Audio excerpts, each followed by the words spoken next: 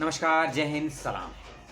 एक सर्कुलर आया है और ये सर्कुलर एनटीए की वेबसाइट पर आया है और यूजीसी नेट की जो परीक्षाएं होती हैं उससे इस सर्कुलर का संबंध है। और ये जो सर्कुलर आया है ना, इसके अंदर जो इन्फॉर्मेशन दी गई है उसकी जानकारी लगभग एक हफ्ता पहले मैं आपको दे चुका हूँ, यदि आपने उस वीडियो को देखा होगा तो।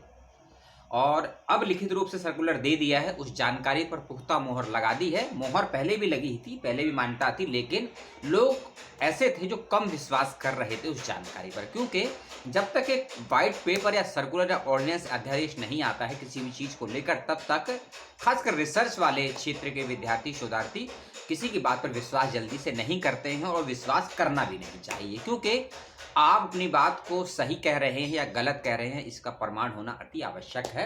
तो अब सभी यूनिवर्सिटी को सर्कुलर चला जाएगा और ये वेबसाइट पर मौजूद है, आप जाकर इसको देख लीजिएगा।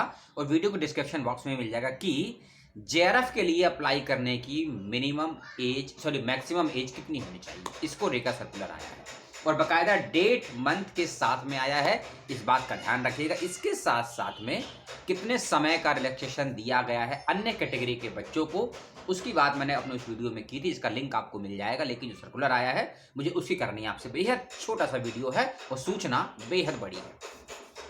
सूचना यह कहती है कि यदि आपकी उम्र, आपकी आयु चाहे 30 साल से ज़्यादा है तो आप एलिजिबल नहीं हैं जेआरएफ के लिए।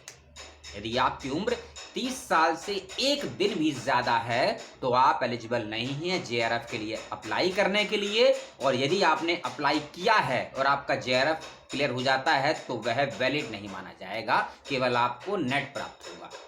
ठीक है, ये सर्कुलर आया है 5 जनवरी 2023 का। ये सर्कुलर है। सर्कुलर में एक डेट दी गई है 1 दिसंबर 2022, यानी कि अगर आपकी एज 1 दिसंबर 2022 को 30 साल हो गई है तो आप जेआरएफ के लिए एलिजिबल हैं। अगर आपका जेआरएफ हुआ है ना दिसंबर में तो आप एलिजिबल होंगे। 22 की बात कर रहा हूं मैं, 23 की नहीं, ठीक है ना।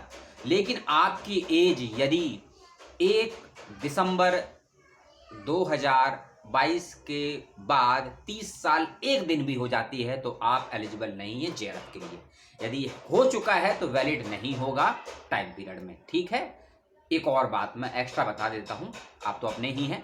जो ये फॉर्म आया हुआ है अभी यूजीसी नेट का ना, दिसंबर 2022 के सेशन का, इस सेशन पे ये वाला ऑर्डिनेंस या नोटिफिकेशन लागू होगा 110%। और 31 दिसंबर के वीडियो में इस बात को मैं डिटेल में समझा चुका हूं, बता चुका हूं कि OBC category, general category, EWS category, SC category, ST category और डिफेंस कैटेगरी, एलएलएम के बच्चे, वुमेन्स कैटेगरी के जो भी गर्ल्स हैं, जो भी आती हैं भरेंगे, उनके लिए कितना कितना एज का रिलैक्सेशन दिया गया है, इंक्लूडिंग ट्रांसजेंडर कम्युनिटी को लेकर भी।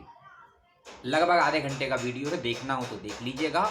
और भी उसमें कई प्रकार के ऐसे अनसुलझे सवालों के जवाब दिए गए हैं जो आपको परेशान करते हैं यूजीसी नेट का फॉर्म अप्लाई करने पर, उसके बाद क्वालिफाई होने पर भी। ठीक है, तो उस वीडियो को देख लेंगे और इस सर्कुलर को भी देख लेंगे और इसमें क्लियर कह दिया है और ये ऑर्डिनेंस की कॉपी भी आपको मिल जाएगी।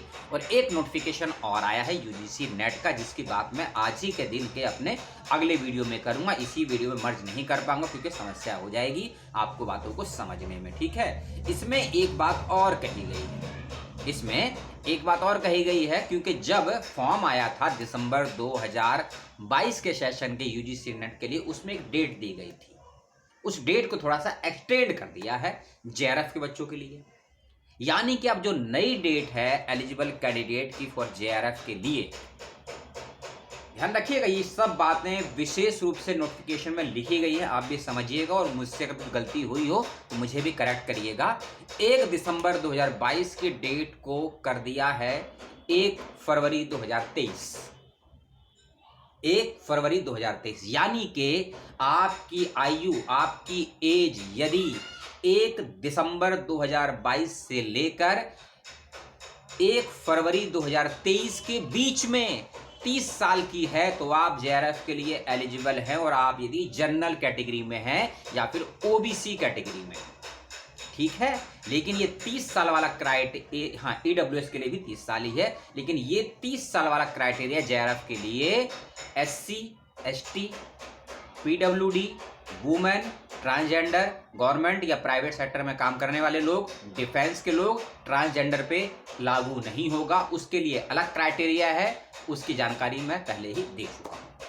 ठीक है, तो ये डेट जो एक्सटेंड की गई है 3 महीने की, ये बहुत अच्छी ही पहल है। यानी कि जो बच्चे 1 दिसंबर 2022 को 30 साल के हो गए थे, अब उनको 3 महीने का और मिल गया है। मान ले कई बच्चे ऐसे होंगे कि जो अगले महीने में 30 साल के हो जाएंगे या उससे अगले महीने में 30 साल के हो जाएंगे। यानी कि अगर आप 1 फरवरी से पहले 30 साल के नहीं हैं और आपने आवेदन कर दिया है अभी वाला, और आपका यदि JRF हो जाता है, मार्च के महीने में रिजल्ट आ जाएगा, तो आप वैलिड माने जाएंगे एज अ JRF के लिए। इस बात का ध्यान रखिएगा विशेष रूप से। और इस वीडियो में इतना ही। सर्कुलर 1 पेज का है, ध्यान से समझिएगा, आ गया है। और साथ ही साथ में न्यू UGC नेट के सेशन का नोटिफिकेशन भी आया है, जिसकी बात करेंगे अगले वीडियो में। तब तक के लिए जय हिंद, सलाम। और सूचना जो दी गई है उस पर अपनी राय जरूर दीजिएगा। आपके पास भी कोई ऐसा ही सवाल है जिससे आप परेशान हैं तो कमेंट बॉक्स में उसका स्वागत है। अपना ध्यान, अपनों का ध्यान रखिएगा और UGC नेट की तैयारी करते रहिएगा। और अपना विषय जरूर लिखिएगा कमेंट बॉक्स में कि आपने UGC नेट किस विषय से अप्लाई किया है, क्योंकि अगले 2 वीडियो, या खासकर अगले 2 दिन में 2 वीडियो मिलेंगे आपको UGC नेट को लेकर ही, खासकर सब्जेक्ट कॉम्बिनेशंस को लेकर। जय हिंद, सलाम।